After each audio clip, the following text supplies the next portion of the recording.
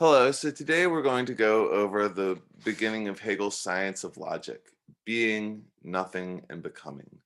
So one of the reasons I'm making these videos is to help people through the science of logic, but also to help us think through, apply these, look at, to use this dialectic logic in our own anal analyses of what's going on in our lives and the world around us.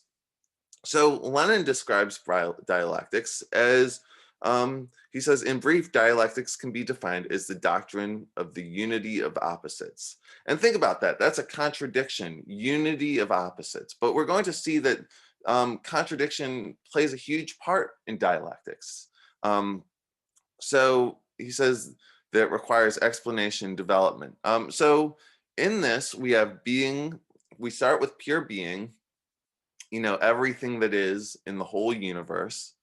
Um, and then that turns into nothingness, and nothing at the same time becomes being. And so out of these, we get becoming, a process of being turning into nothing and nothing turning into being. And so out of that, we get a determinate being. We get not pure being in general, but specific beings. So this is really the foundation of logic, is being in nothing. It's what but it evolves into a more concrete whole in which we have specific beings that come out of this. And that's really what's going to help us understand quality and quantity and measure, and these things that later come about in the science of logic in the first section of being. So Hegel begins by saying, being is the indeterminate immediate. It is free from determinateness in relation to essence and also from any which it can possess within itself.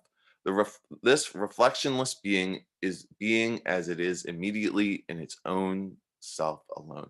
And so being, pure being, right? Not this being, not the table, not the chair, not the moon, not the stars, not a person, but just all being, the being that's inside all of these, the being that's in the chair, as well as in the person, as well as in the stars. This being here is where we're beginning, the abstract being, the being that is, that at one time is in everything. And Hegel says, because it is indeterminate being, it lacks all quality. So like I said, it's not the table, it's not the chair, it's not the moon, it's not the stars, it's not a person, but it's all of these things. Um, so he says it lacks all quality, but in itself, the character of indeterminateness attaches to it only in contrast to what is determinate or qualitative. But determinate being stands in contrast to being in general, so that the very indeterminateness of the latter constitutes its quality. It will therefore be shown that the first being is in itself determinate, and therefore, secondly, that it passes over into determinate being, is determinate being. But this latter, as finite being, sublates itself and passes over into the infinite relation of being to its own self. That is, thirdly, into being for self.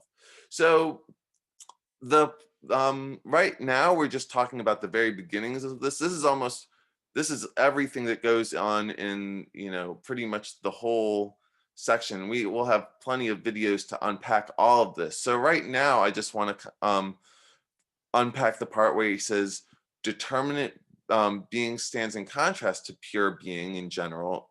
So the very indeterminateness of pure being, the fact that pure being is not the table, not the chair, not the moon, not the person, but that it's all of these things at the same time. It actually, when we think about it, it's going to become its opposite, determinate being. Being actually becomes determinate being. So let's see how that happens. Being, pure being, without any further determination, in its indeterminate immediacy, it is equal only to itself. It is also not unequal relatively to another. It has no diversity within itself, nor any with a reference outward. It would not be held fast in its purity if it contained any determination or content, which could be distinguished in it or by which it could be distinguished from another. It is pure indeterminateness and emptiness There is nothing to be intuited in it, if one can speak here of intuiting, or it is only this pure intuiting itself. Just as little as anything to be thought, just as little as anything to be thought in it, or it is equally only this empty thinking. Being, then, the indeterminate immediate is in fact nothing, and neither more nor less than nothing. So he begins here. So what is this pure being? Not a particular this or that, but something that's in all of this. He says pure being without further determination. So just pure being is being. In its indeterminate immediacy, being is being. And this is where we're starting. Being is being, right? It's not this being or that being. Being is just being. So it is equal only to itself. Like, you can't say that being is a specific being, because pure being can only be equal to itself. And it says it's also not unequal relatively to another. So it's also equal to everything else, right? It has no diversity within itself, nor any with a reference outward. So he's saying basically that this pure being is everything all at once.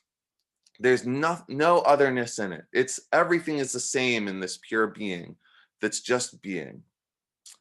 But if we think about what this pure being is, right, we can think of determinate beings all day. We can think of and by determinate, another word we could substitute here is specific. So we can think of these determinate, particular, specific beings, like we can think of the desk, the books, Karl Marx, the building, the sun, the laptop. We can think of these, but when we try to think about this being that's in all of these, that's in everything at once, we can't think of it. We get a blank slate. There's almost this, it's beyond our ability to think about this. And this is really why, so it turns into nothingness. He says, the indeterminate as we have it is the blank we begin with, not a featureless reached by abstraction, not the elimination of all character, but the original featurelessness which precedes all definite character and is the very first of all. And this we call being.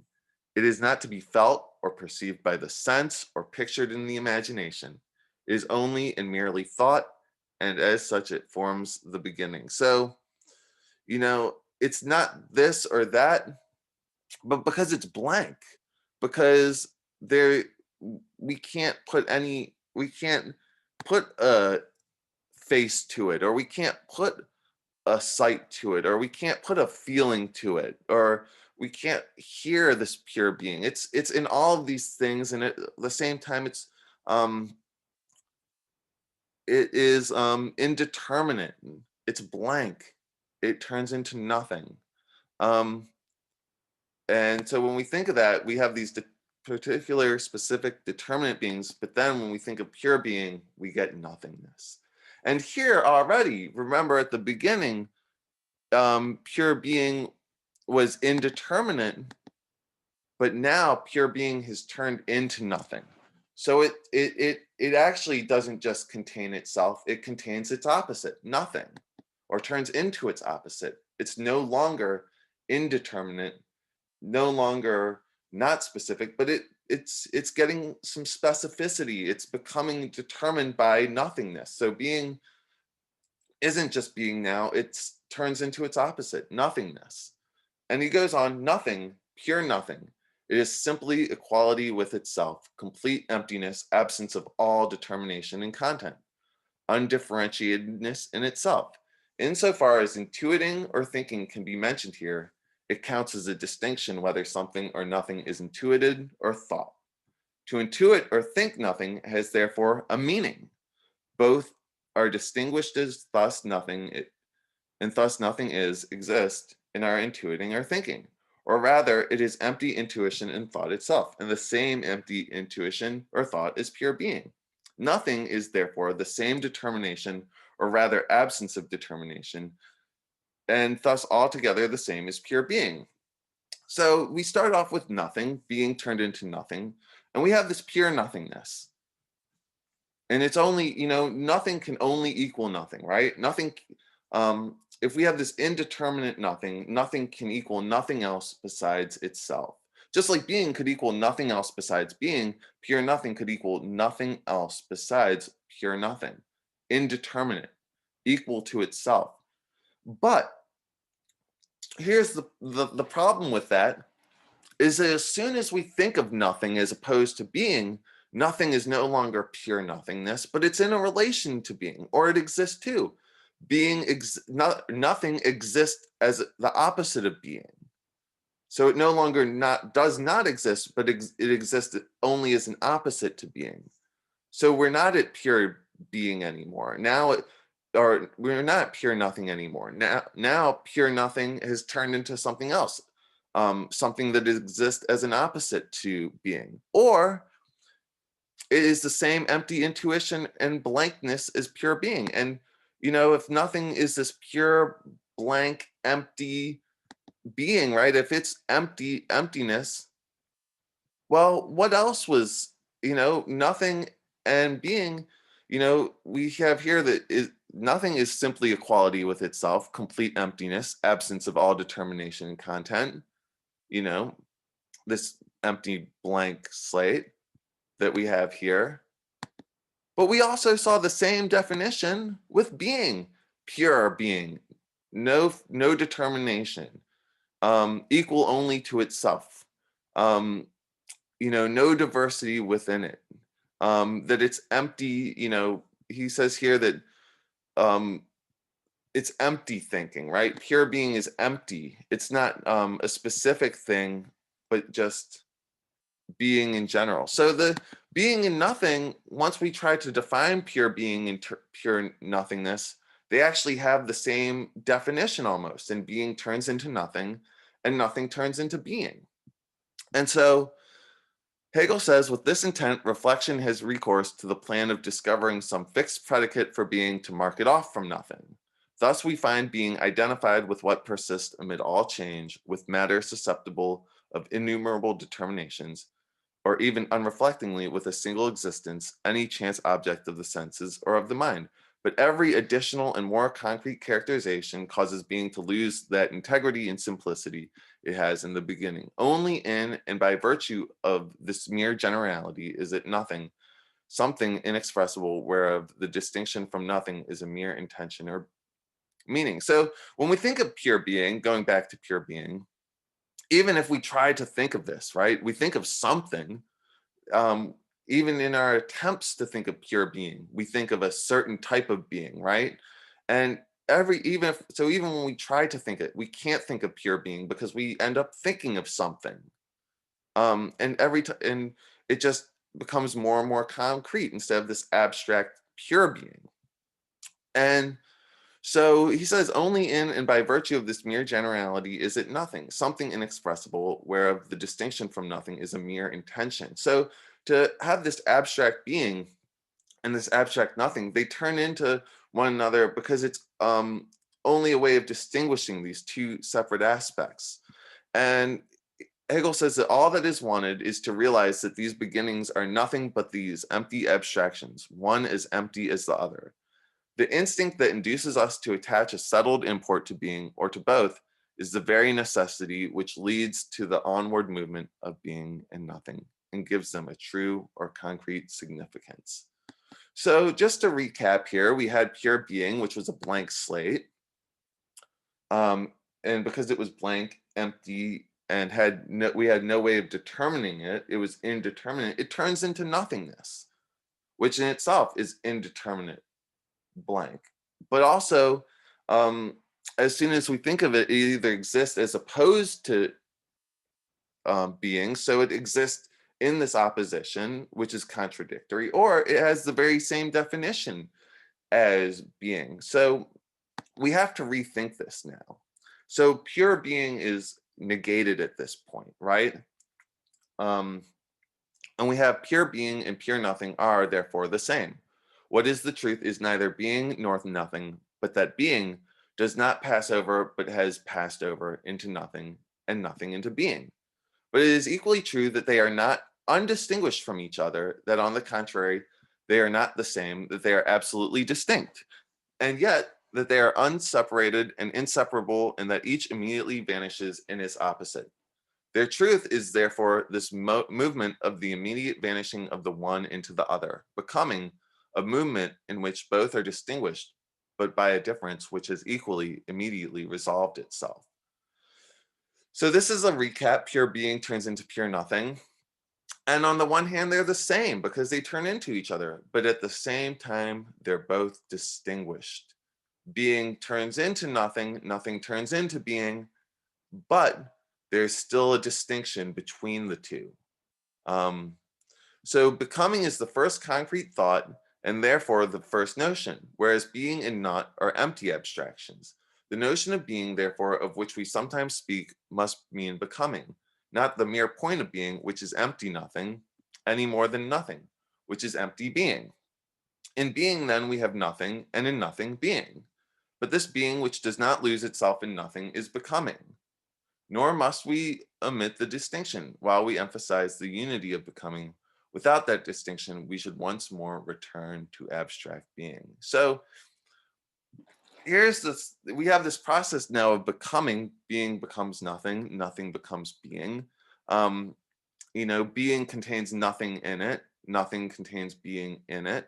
But being doesn't lose itself in the nothingness. And because if it did, if being turned into pure nothingness, then we'd be back at the beginning of pure nothing, which turns into being.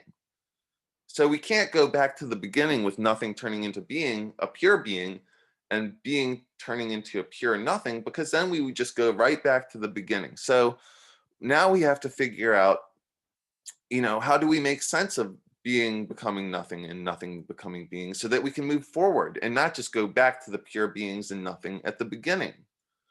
So we have a distinction and a unity. And so Hegel says, becoming is the unseparatedness of being and nothing, not the unity which abstracts from being and nothing, but is the unity of being and nothing. It is this indeterminate unity in which there is both being and nothing. But insofar as being and nothing, each unseparated from its other is, each is not. They are therefore in this unity, but only as vanishing sublated moments. They sink from their initially imagined self-subsistence to the status of moments, which are still distinct, but at the same time are sublated. So this is, once again saying, that they turn into one another, but they're still distinguished from each other. And becoming is this unseparatedness of them. It's a unity, in which being turns into nothing and nothing turns into being. So it's a process too, right? A movement. And dialectics, the strength of dialectics is that it looks at things in their movement, in change. And this is why we get contradictions, because as we move on, things don't stay the same. Things change as there's movement and change. Things become different from what they are. And so Hegel says, grasp is thus distinguished. Each moment is in this distinguishedness as a unity with the other. Becoming, therefore, contains being and nothing as two such unities, each of which is itself a unity of being and nothing. The one is immediate and as a relation to nothing, and the other is nothing as immediate and as a relation to being. The determinations are of unequal values in these unities. Becoming is in this way a double determination. In one of them, nothing is immediate, that is, the determination starts off from nothing, which relates itself to being, or in other words, changes into it. The other, being, is immediate, that is, the determination starts from being, which changes into nothing. The former is coming to be, and the latter is ceasing to be. So here, since being turns into nothing and nothing turns into being, in becoming, we have these movements of a process, right? And they're no longer indeterminate, but you have a determination between being and nothing, which it turns into, and nothing turning into being. So there's determinations here. We're no longer at the point of pure abstract being and nothing, but they're so both are the same, becoming. And although they differ so in direction, They interpenetrate and paralyze each other. The one is ceasing to be, being passes over into nothing, but nothing is equally the opposite of itself, transition into being, coming to be. This coming to be is the other direction, nothing passes over into being, but equally sublates itself and is rather transition into nothing, is ceasing to be. They are not reciprocally sublated. The one does not sublate the other externally, but each sublates itself in itself and is in its own self the opposite of itself. So we have being, we start here, being that it turned into nothing is ceasing to be, and we have nothing that turned into being, coming to be. But let's see how they turn into one another in a real concrete example. So let's say, our lives, right? We come to be, we have this empty crib that exists. This is before we exist. This is before we're being. We're nothing at this point. But we come into being, right? We come out of that. This is coming to be. So we're going from nothing to being. We don't exist. We have the empty cradle, which shows that we don't exist. We're non-being, and we turn into being. We're born. We become alive, and at the same time, this from the other direction is a ceasing to be. The moment we're born, we're headed towards a cycle, which we get older, we grow up, and then we die. So from this moment, coming to be is at the same time its opposite, ceasing to be. So the two turn into one another. And even here at the end, where there's nothing, right? Ceasing to be, even at this end, we're still nothing in it's not this abstract nothing, but it's not this nothing that'll bring us back to the nothingness of the beginning, but it's a nothing of a determinate being. So this isn't the nothingness that we began with, but this is just the not this person who's not alive anymore, who went through the life stages. It's not a indeterminate nothing. It's just not this specific person who's alive anymore. So the two interpenetrate each other, right? And we're going to see how this is resolved. So the resultant equilibrium of coming to be and ceasing to be is in the first place becoming itself. But this equally settles into a stable unity. Being and nothing are in this unity only as vanishing moments, yet becoming as such is only through their distinguishedness. Their vanishing, therefore, is the vanishing of becoming or the vanishing of the vanishing itself. Becoming is an unstable unrest which settles into a stable result. So this is a contradiction. It's unstable unrest which settles into a stable result. But how does this happen? This is he words this in a way that is hard to understand, but he explains it again in the next section. He says, this could be also expressed thus. Becoming is the vanishing of being in nothing and of nothing in being. So if we kept, if being in nothing, if, ceasing to be and coming to be, we could continue this cycle forever and not get past it, but we have to move beyond just the cycle of this. So he says, becoming is the vanishing of being in nothing and of nothing in being, and the vanishing of being in nothing generally. But at the same time, it rests upon the distinction between them. It is therefore inherently self-contradictory, because the determinations it unites within itself are opposed to each other. But such a union destroys itself. So, being turning into nothing, nothing turning into being, this is contradictory. So to resolve this, right? We say the result of this is the vanishness of becoming, but it is not nothing. As such, it would only be a relapse into one of the already sublated determinations, not the resultant of nothing and being. It is the unity of being and nothing which is settled into a stable oneness. But this stable oneness is being, yet no longer it no longer is a determination on its own, but a determination of the whole. Becoming is the transition into the unity of being and nothing, a unity which is the form of being or has the form of one-sided immediate unity of these moments is determinate being. So here we instead of just coming to be and ceasing to be in this back and forth cycle, we actually get through this by looking at the unity of them, and by, you know, by putting being and nothing in unity, right? When they weren't, when we tried to abstract them, we had the blank slates, right? Being, but each blank slate, by being a blank slate of nothingness, it turned into nothing. And by nothing, at the same time, having an existence as opposed to being, and also having the same blank slate as being, turned into being. They turned into one another. So to make sense of this, you know, we have a different kind of being where they're united.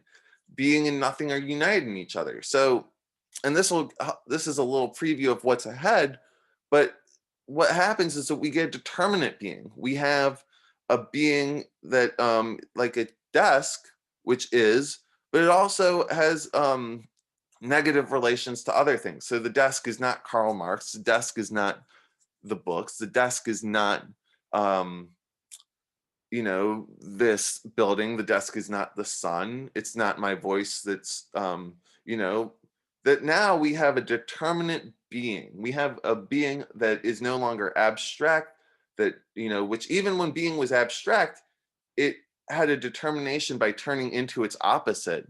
Um, so now we have determinate being.